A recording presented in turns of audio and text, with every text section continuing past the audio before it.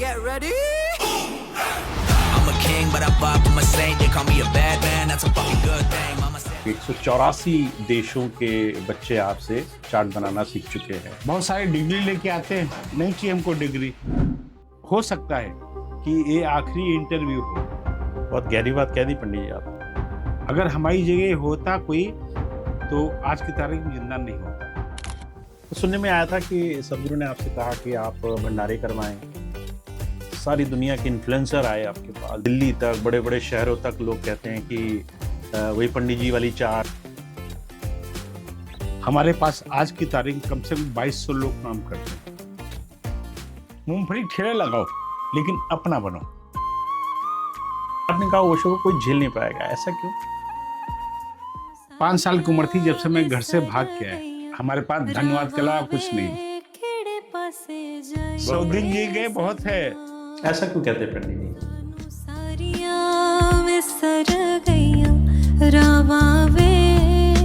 केड़े पासे जाइए सजना।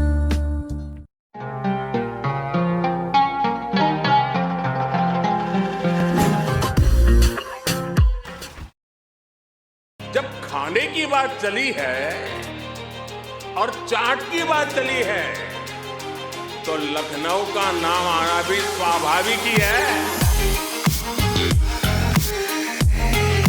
लखनऊ में चाट किंग के नाम से बहुत अच्छे जगह हरदयाल जी को देखा होगा।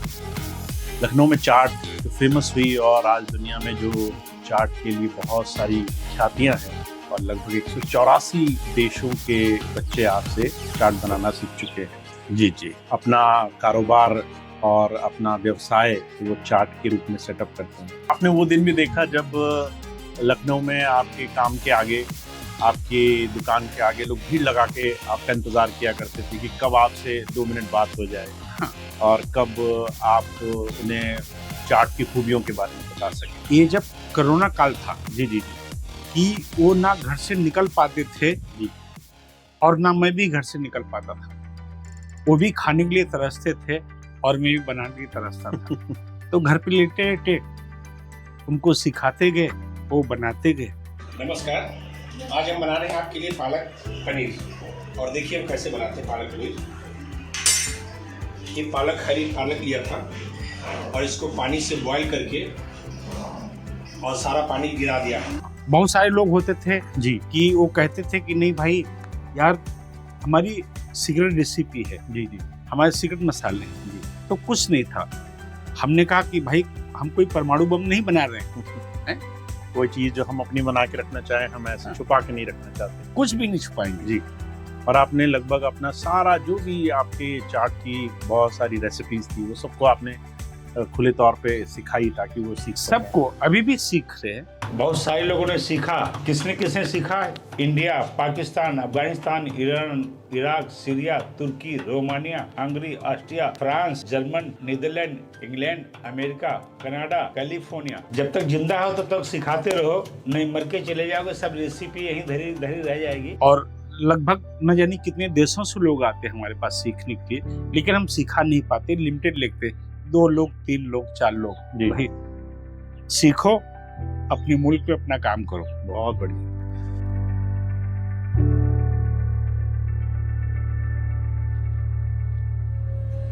तो हरदयाल जी, ये आपने एक काम बहुत अच्छा बनाया, फिर आज बच्चे आपसे सीख रहे हैं। जहाँ तक मुझे उम्मीद है हमेशा से ऐसा नहीं रहा।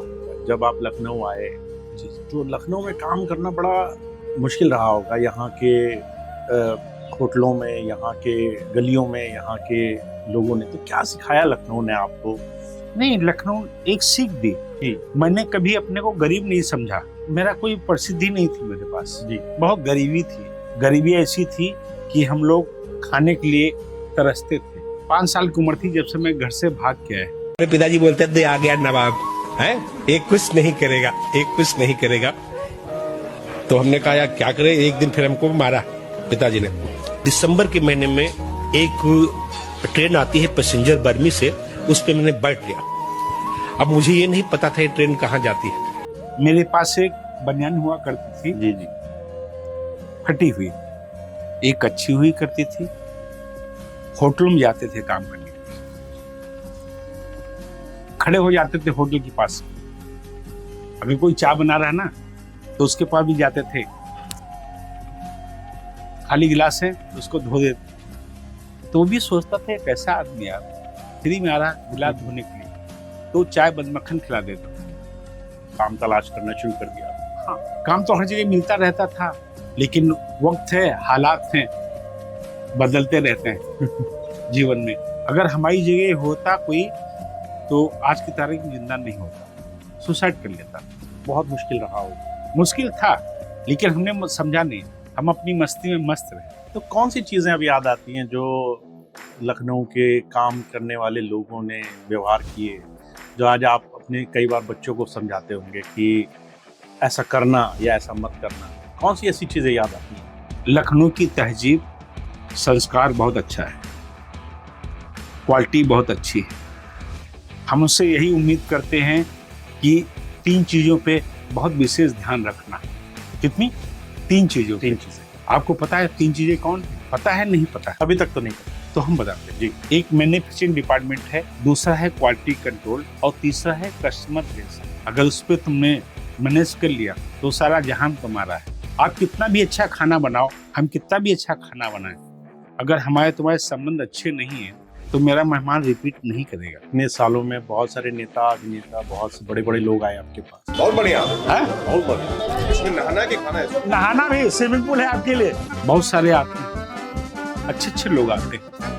दोस्तों, ये हमारे महामहिम राष्ट्रपति जी के लिए बना रहा हूँ और पांडे जी हमारे के लिए बना रहे हैं। आर.पी. पांडे जी हैं और जो बहुत सेवा करते हैं राजभवन में। कई सालों से हमारा इनका संपर्क है। जब भी राजभवन में चाहे महामहिम हो और चाहे गवर्नर साहब हों, सभी लोग हमारे हाथों से खाते हैं। मुझे बहुत मजा आता है खिलाने में। पॉलिटिकल लोग आते हैं कि तुमको अवार्ड देंगे, आप आइए, बिल्कुल स्वागत है। तो अब इच्छाएं मर गई मेरी। एक इच्छा होती है एज के हिसाब से। हमारा अवार्ड हमारे बच्चे हैं जो चाहते हैं कि नहीं हम अंकल के हाथ से खाना खा लें, तो वो सबसे बड़ा, दुनिया का सबसे बड़ा मेरा अवार्ड है। कोई ऐसी चीज़ याद आती है आपको जो बहुत किसी विशेष, किसी बड़े व्यक्ति ने, चाहे वो राजनेता हो, चाहे वो बहुत बड़े अधिकारी हो, उनसे आपसे मिलके आपको याद आती है? नहीं, सब याद करते रहते हैं। देखिए, राजनीति जो है जी, वो बहुत गंदा से गंदा खेल है। हमारे पिताजी थे जी, उनका नाम देवीदीन मौर्य था। उन्होंने कभी भी बेटी की शादी में पैसा नहीं लिया। अगर वो काम करने गए या उन्होंने कुछ मदद की, उन्होंने पैसा नहीं लिया था। वो नहीं लेते थे, वो बुलाते थे, देवीदीन आ जाओ। उनको क्या मिलता था पता है? थोड़ी सी निकती बोलते हैं जिसको, बूंदी, बालूशाही, बिल्कुल, और हमारे लिए लेके आते थे। बहुत सही। ये उनकी कमाई थी। शायद इसी वजह से आपने ख्याति के, प्रसिद्धि के बहुत ऊंचे आयाम भी देखे।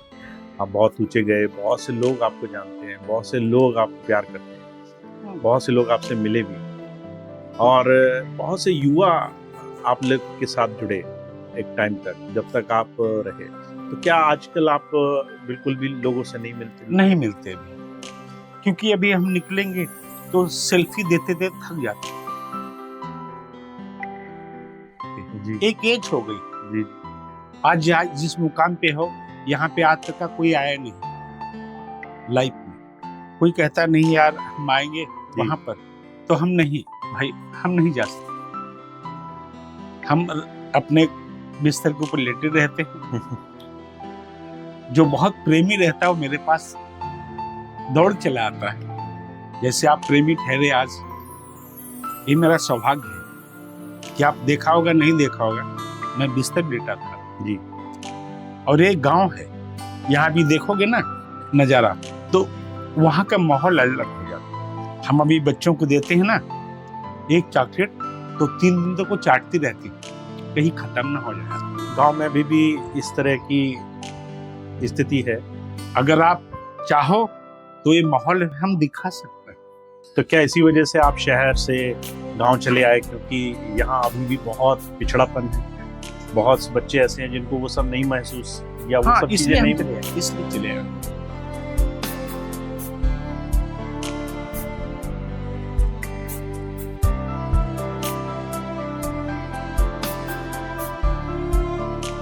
अरे आप आए हो मेरे दरवाजे पर, बढ़िया। कहाँ मिलेंगे नन्हे मुन्ने बच्चे यार? आप बच्चे देखिए, पैरों में चप्पल नहीं रहती, नंगे पुंगे रहते हैं, और हम जब उनको खाना खिलाते हैं ना तो लगता है कि मैंने जीवन में कुछ नहीं किया।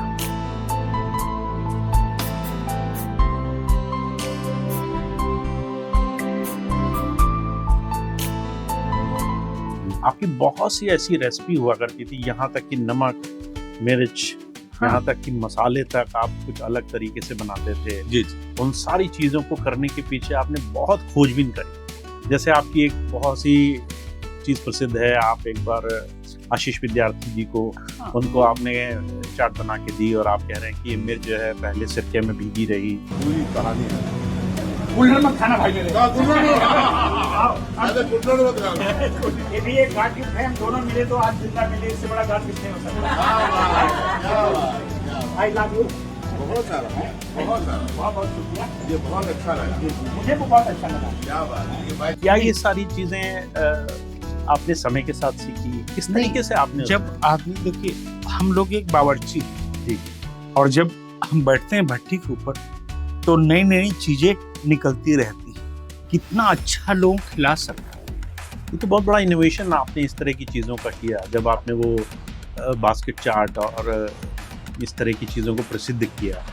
आज दिल्ली तक, बड़े बड़े शहरों तक लोग कहते हैं कि वही पंडित जी वाली चाट और वो इस तरह की चाट मिल जाए।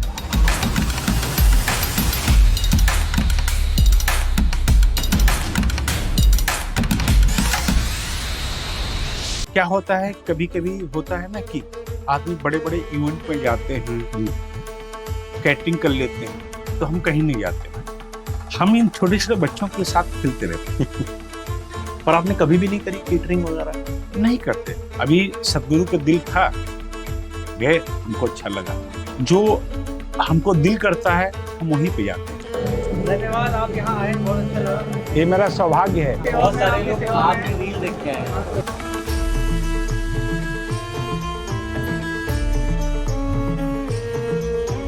कैसा रहा सदगुरु से मिलने का अनुभव? बहुत अच्छा, बहुत। तो कैसी रही मोबाइल? फोन पे किया था। अच्छा। फोन हम चलाते नहीं है, मोबाइल हम चलाते नहीं, इंस्टाग्राम, फेसबुक हम कुछ चलाते नहीं, लेकिन हमको मैसेज मिल जाता है, किसी ने याद किया तो हम वहाँ पे जरूर जाते हैं। जी। तो सुनने में आया था कि सदगुरु ने आपसे कहा कि आप भंडारे करवाएं, कुछ ऐसी चीजें। हाँ, भंडारे कराए जी। हमने कहा कि हम बेचेंगे नहीं, हम वहाँ चाट बेचने नहीं जाएंगे, सेल नहीं लगाएंगे जी।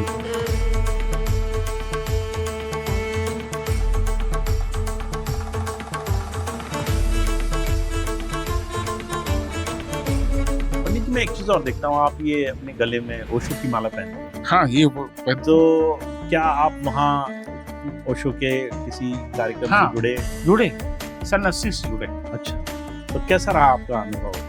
इतना अच्छा लगता है जब कोई गालियां देता ना तो इसे छुपा लेते, देखो छुपा लेते। ऐसा कि ओशो को अपना गुरु मानते हैं आप? नहीं, कोई गुरु नहीं, हमारे कोई गुरु नहीं ओशो जी। और जिस दिन उनको प्यार करते हैं उनको ताल ठोकते हैं। तो कैसा संबंध बना, किस तरीके से आप जुड़े, क्या? नहीं, मैं पुणे में रहते थे, कोरेगांव पार जाते थे जी। अच्छा लगता था वहाँ पर। आप मिले व्यक्तिगत रूप से ओशो हाँ, से? मिले।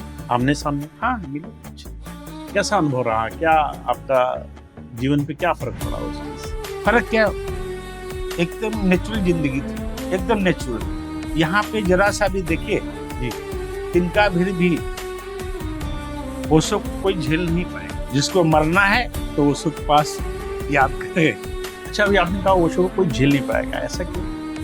नहीं झेल पाए। क्या ऐसी चीज याद आई आपको? इंडिया का, दुनिया का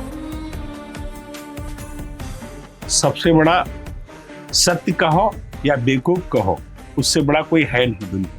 वो हमारे गुरु नहीं है ओशो, ना गुरुमंत्र लिया है, एक दिल की आहट है, उस पे हम उनको प्यार करते हैं। और प्यार भी नहीं करते, लेकिन दिल की एक चाहत है, हम नहीं छोड़ पाएंगे। जब भी मैं सोता हूं ना तो एक योग करते हैं मृत्यु का, है योग करते हैं सभी, लेकिन मृत्यु का योग करते हैं। बहुत अच्छा लगता है हमको सामने। ऐसा क्या किया ओशो ने जो आप बार बार याद करते हैं? आप कहते हैं आप उन्हें गुरु भी नहीं मानते, आप नहीं, हम नहीं मानते उनको गुरु। तो ऐसा उन्होंने क्या आपके अंदर परिवर्तन किया जो ओशो जो है ना जी, वो सच्चा मेरा दोस्त है, और दोस्ती की रिश्ता ऐसा रहता ना जो गुरु नहीं दे पाए। गुरु कभी नहीं चाहता कि मेरा चेला, मेरा शिष्य आगे निकले, दिल से नहीं, रूह से। बहुत सुंदर।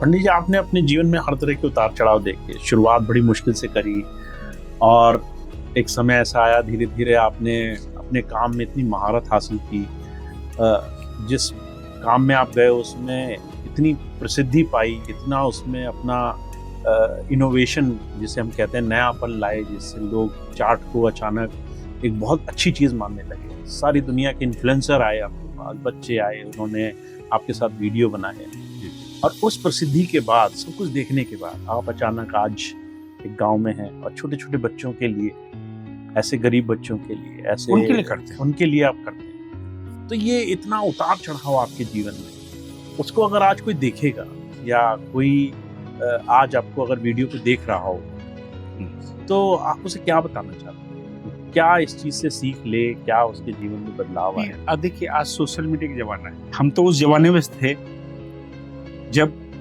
हम बैलगाड़ी से हमारे पिताजी कचालू उछालते थे, गांव में जाते थे जी। उस वक्त कोई वीडियो नहीं था, किसी के पास मोबाइल नहीं था, कुछ भी नहीं था, और आज सबके पास सब कुछ है। लेकिन कभी कभी सोचता हूँ यार, हम कहाँ आ गए। कभी कभी बच्चों के पास कुछ नहीं रहता, मुझे बहुत अच्छा लगता है उनसे मिलकर कि मेरे पास भी नहीं। अब मैं भी मोबाइल नहीं चलाता हूँ, मैं सोशल मीडिया नहीं चलाता हूँ। टीम रखिए, टीम चलाओ, लेकिन उनसे जो प्यार है ना, वो किसी से नहीं मिलेगा। बहुत बढ़िया।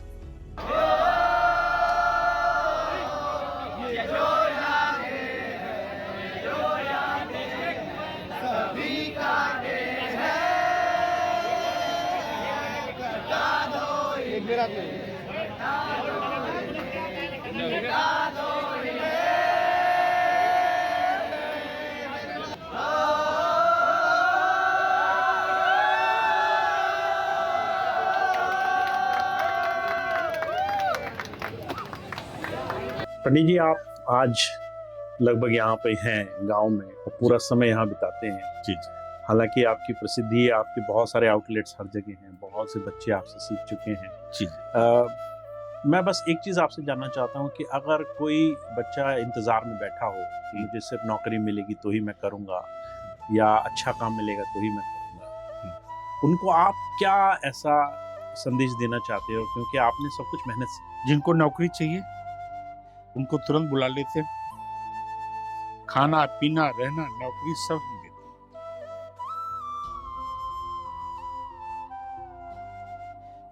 हमारे पास आज की तारीख कम से कम 2200 लोग काम करते हैं। कितने? 2200। और कौन लोग करते पता है आप? जो गांव में गैया चराते हैं, भैंसी चराते हैं, बकरी चराते हैं, और उनकी मम्मी हमको फोन करती कि भैया मेरे बेटवा को ले जाओ। किसको? बेटवा को ले जाओ। अरे हम क्या करें बेटवा को? कहीं भैया ले जाओ। उनके लिए खाने पीने की, रहने की, और जो गांव में नहीं मिलता है ना, उनको अपने जो कारीगर, हेड कारीगर रहते हैं, उनके पीछे उनको लगा लेते हैं। उनको स्टार्टिंग में कम से कम 10,000 देते हैं, 12,000 तनख्वाह देते हैं, और 6 महीने के अंदर वो 30,000 के तनख्वाह के मालिक बन जाते हैं। इतने तैयार हो जाते हैं। तैयार हो गए सब। शहर के नहीं लेते, बहुत सारे डिग्री लेके आते हैं, नहीं चाहिए हमको डिग्री, माँ बाप ने पढ़ाया डिग्री। हम उन बच्चों को छोटे छोटे पढ़ाते हैं, उनको लगता है कि चाट में बढ़िया फायदा है, खाना पीना मिल रहा है, ऐसी जिंदगी मिल रही, चलो ठीक है, घूमो फिरो मौज करो। तो उन बच्चों को हम प्रमोट करते हैं, गांव से निकाल के हम उनको शहर में लेके आते हैं। ध्यान देना पड़ेगा, जरा सा चूक गए ना तो उंगली गई। तो इसका निकलने का एक ही तरीका है। तो पंडित जी आप कितने समय से इस गांव में रह रहे हैं? लगभग 6 महीने हो। 6 महीने। इससे पहले कहीं और रहते थे? हाँ, इसके पहले मेरा और है, तो वो शहर था।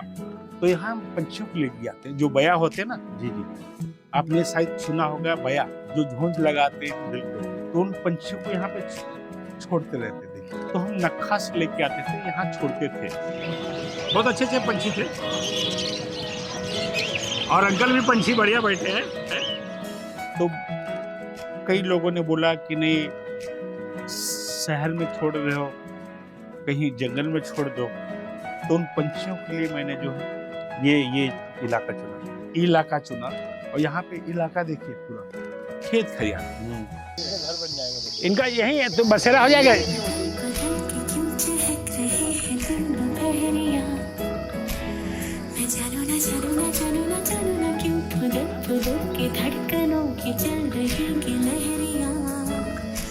बंदर भी है मेरे पास में, बिल्ली भी है, सारे पंछियों को छोड़ते रहते हैं। और उनके लिए इलाका चुने और अपने लिए एक रूम बनाया छोटा सा, 10 बाई 10 का। वहाँ हम लेटते हैं और बच्चे लोग चोंच मारते रहते हैं, सुबह चोंच मारते रहते हैं। उनकी भावनाएं आदमी नहीं समझ पाता। आदमी लगता होगा कि पंछी है, पेड़ भी हमसे बोलते हैं। आदमी सोता पेड़ में क्या है, ये पेड़ हमसे बोलते हैं, हम इनको प्यार करते हैं।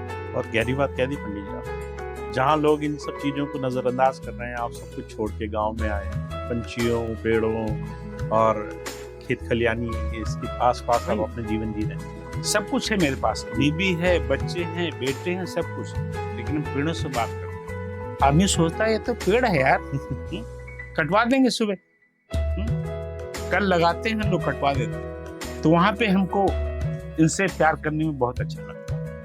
बहुत सुंदर पंडित जी, मुझे लगता है आप बहुत से लोगों को उम्मीद दें। जिस तरीके से आपने छोटे स्तर से काम शुरू किया और लोगों को अपने पैरों पे खड़े होने के लिए हिम्मत दी कि आप अपना काम क्यों नहीं करते, आप अपना काम बनाओ, अपना काम जोड़ो। आप बिना किसी व्यवसाय के, काम के खाली बैठ करके जीवन खराब मत करो, आप अपना काम शुरू करो। ये आपने बहुत बड़ी उम्मीद दी लोगों को। अपने इस ऐसे मौके पर सारा काम आगे बढ़ा करके लोगों को अपनी सारी अनुभव की चीज़ें सिखा करके आप यहाँ गांव में बच्चों के साथ अपना समय। कब तक नौकरी करोगे यार? जी, नौकरी होती, मालिक बनो। सही बात है भाई। हम भी नौकरी करते करते जिंदगी बीत गई थी, गंवा दिया। अब मालिक के पास काम करोगे, तरह तरह की परेशानी होगी। तो हम चाहते सारे बच्चों को क्यों ना अपने पैरों पे मूंगफली ठेला लगाओ, लेकिन अपना बनो।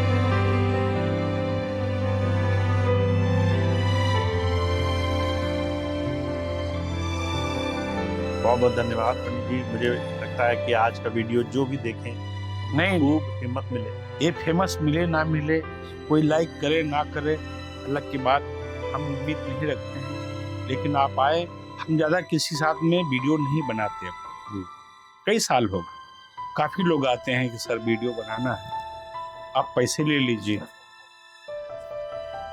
नहीं, पैसा नहीं, हम किसी के साथ नहीं करते।